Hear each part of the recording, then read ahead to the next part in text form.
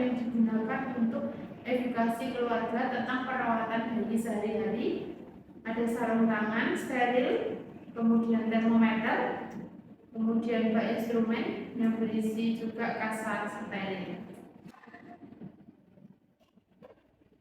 Kemudian mendekatkan alat-alat yang telah disiapkan ke dekat pasien.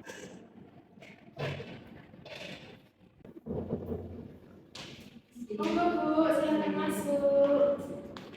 Silakan duduk. Oke, Bapak ya.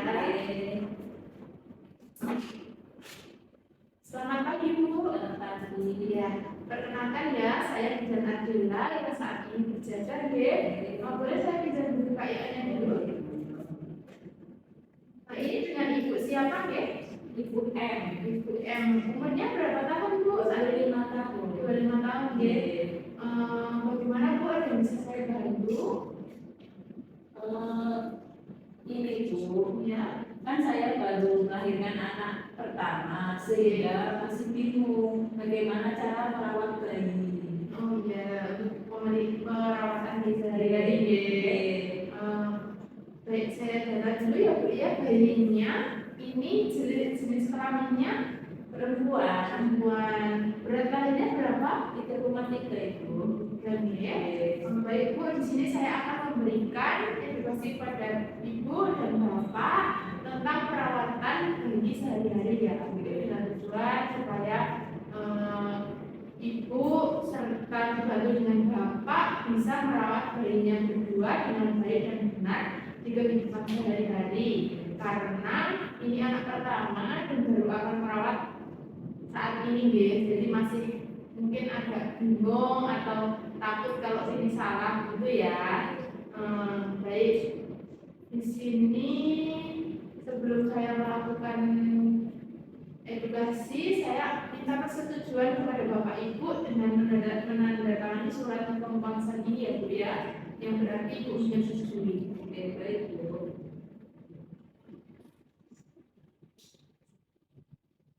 Terima kasih ya Bu. Dengan Ibu tanda tangan berarti Ibu sudah mau menerima penjelasan yang akan saya jelaskan ini. Oke. Sebelumnya saya mau tutup berdiri dulu ya.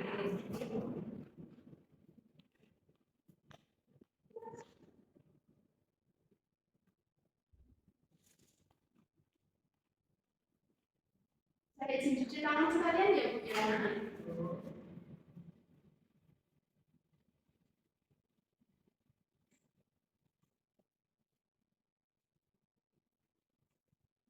Baik Bu, saya akan menjelaskan kepada Bapak dan Ibu tentang pemberian ASI. Itu yang pertama ya. Jadi pemberian ASI saja ya Bu ya, jangan dicampur dengan susu atau makanan tambahan lain sampai usia 6 bulan.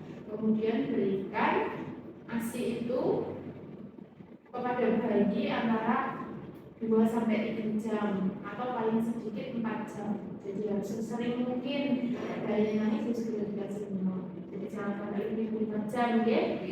Kemudian sebisa mungkin ibu itu bersama bayi. Jadi ibu yang mengasuh sendiri, jangan lewat perantara dengan pengasuh, atau kalau memang punya keterbatasan bekerja boleh dengan pengasuh.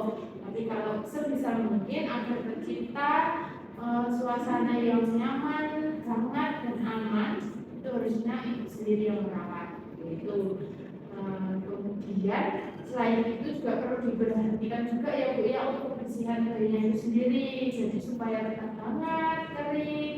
Kemudian itu misal pipis ya harus segera diganti, BAB harus segera diganti supaya tidak kedinginan, karena kan kalau basah bayi itu kan mudah sekali kedinginan, jadi harus apa ya, diusahakan untuk selalu hangat. Segera ganti popok, dok, kemudian selimuti bayi ya.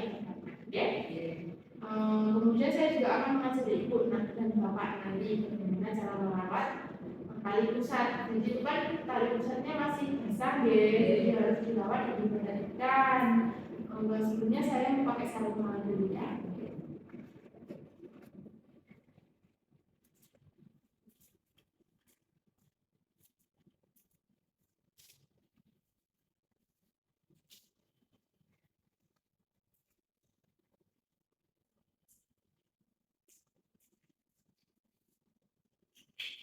Jadi paling besar itu penting ya Bu Pak, karena memang bisa saja terjadi infeksi kalau paling besarnya masih basah. Coba ini diberikan dulu, kita lihat dulu ya.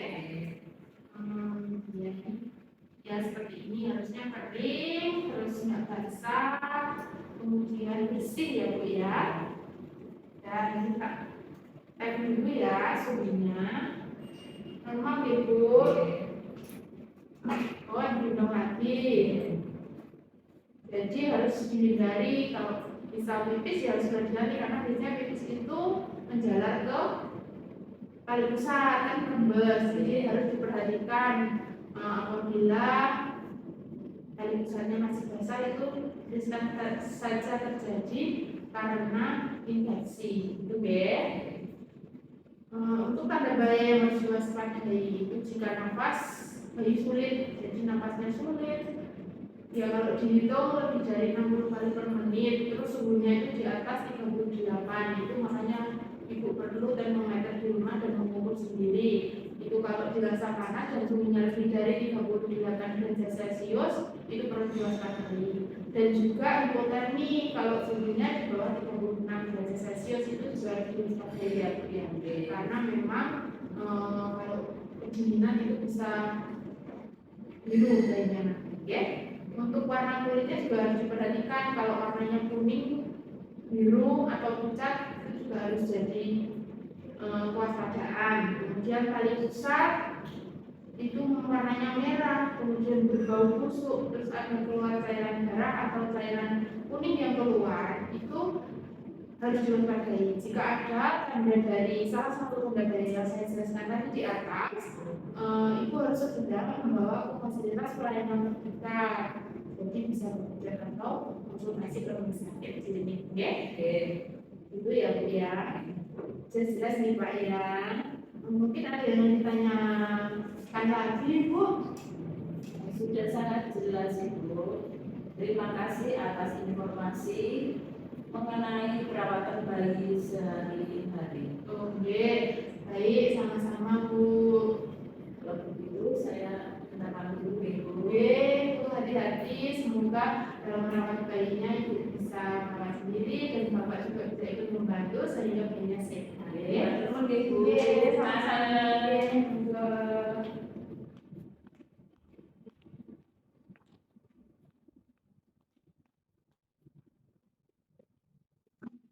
Kemudian melakukan pendokumentasian tindakan tentang perawatan bayi sehari-hari.